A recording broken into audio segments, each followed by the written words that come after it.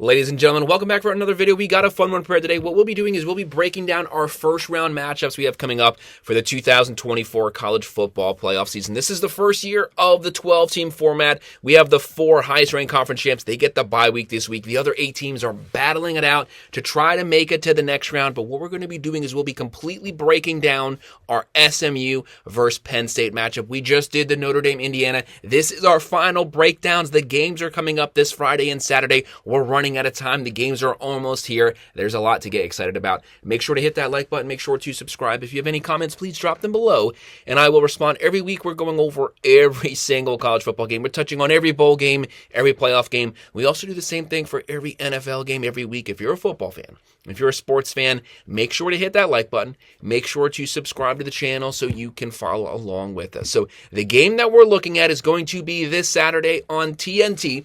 Kind of a weird channel. I don't think there's been a college football game on TNT this entire season, but that's the way that the TV contracts worked out. TNT, December 21st, 12 p.m. This is our first Saturday game. Number 11 SMU, 11-2 versus number 6 Penn State, 11-2. The 2 losses for SMU, obviously one was to BYU earlier this season. The other was in the ACC game versus Clemson for the ACC championship. And for Penn State, their 2 losses, one to Ohio State during the regular season, and then, of course, in the Big Ten championship game versus the Oregon Ducks. But Penn State showed, they had some offensive firepower. They were able to consistently move the ball on a very good Oregon Ducks defense, but their defense, which is usually top 10, got a little gashed that game, but it's a championship game. Everything was on the line for both teams trying to get that bye week. Right now, this is going to be a really good team. SMU, do not underestimate Rhett Lashley and his team. He's built a really strong and deep team through the transfer portal. But this game, like all these games, it's going to be decided in the trenches. It's going to be decided by depth. Who's going to own the line of scrimmage? That's going to be the biggest question. But this is the ACC versus the Big Ten, the conference that a lot of people have been bashing this season. The new team to the conference coming out of the Power 5, SMU showed their chops, getting to the ACC championship first year in the ACC. And then, of course, Penn State, everyone had the Buckeyes rematching versus the Oregon Ducks. Things did not work out that way. Penn State was able to take care of business, and they made it to their first Big Ten championship in a little while. Props to James Franklin, but this is the big game. A lot of people question James Franklin's ability to win the big game. Can he get a playoff win? There's going to be a lot of really big-name coaches that do not get a playoff win this weekend and next weekend. Can James Franklin make sure that he's not in that group, and at least he can tell the Penn State fans, hey, look, I got us our first playoff win. That's a building block going forward for this program. And for Rhett Lashley's team, to get a playoff win first year in one of the Power 4 conferences would obviously be a massive accomplishment. Right now, Penn State, heavy favorites. They have a 67.2% chance to win this game. They are 8.5-point favorites, and the over in here is going to be 53.5. SMU, they have a really good offense, but they also have a pretty stout defense to back that up. So Stone was their starting quarterback starting the season. He didn't play well the first couple games. He got knocked out. Jennings stepped in. This team never looked back. It's what Jennings can do, both passing the ball and running the ball, that makes the difference. He has the legs to extend plays, scramble for first downs, and when he takes off, he picks up massive yardage on the ground. Right now, even though he didn't start every game, he's closing in on 3,100 yards, 22 passing touchdowns, 8 picks. He also has 5 rushing touchdowns.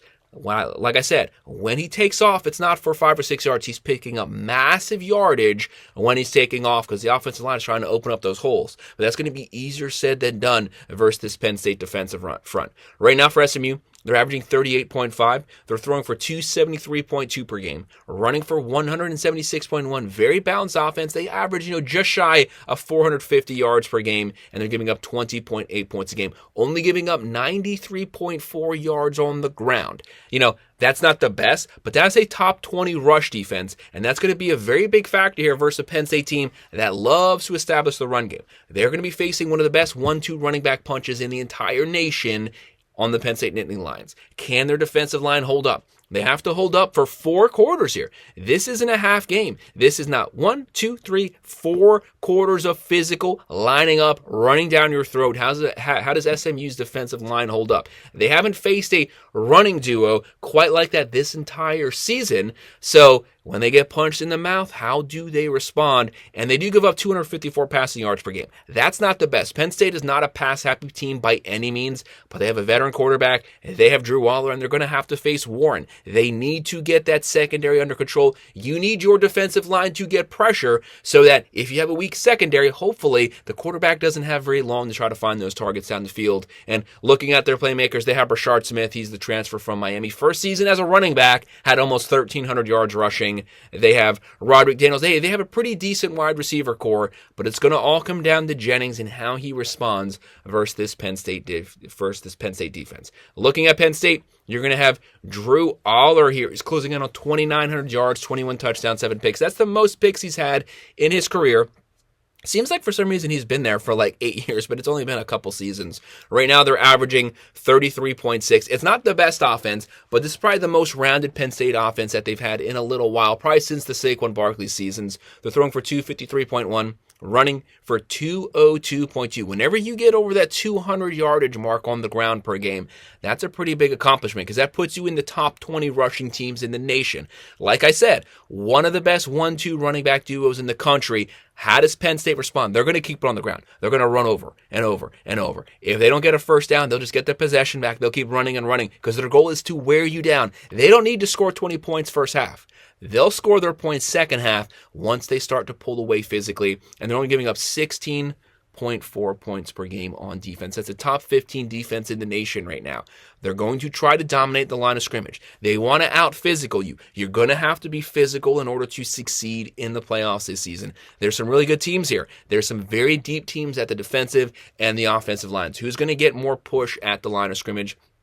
And looking at Penn State's playmakers, it all comes down to that running back room. Singleton, Allen, they're going to keep those guys fresh. They're going to be cycling them in, rotating them in one after the other. 3-4 carries here, 3-4 carries for the other. Keeping them fresh, keeping that ground and pound game consistently going the entire game. And then once you start to creep those linebackers up, once you start to bring those safeties in, that's when Drew Waller's going to hit you for the play action. They've played great defenses before coming out of the Big Ten. They've been in ground and pound, punch them out games. That's how they want to win this game. But can SMU force them out of their comfort zone, force them into more of an aerial attack, force them into a shootout potentially? That's what the Oregon Ducks did. That's what you have to do. Take them out of their element. They want to slow the game down, but you want to speed it up. Do not play to their strength. And of course, Tyler Warren. Tyler Warren might be the best receiving guy out there, tight end wise, on the field here. One of the best in the nation. He's a first-round pick. This guy's a beast. Just what he did single-handedly to USC was amazing. He had like 18 catches that game. Won the game basically by himself.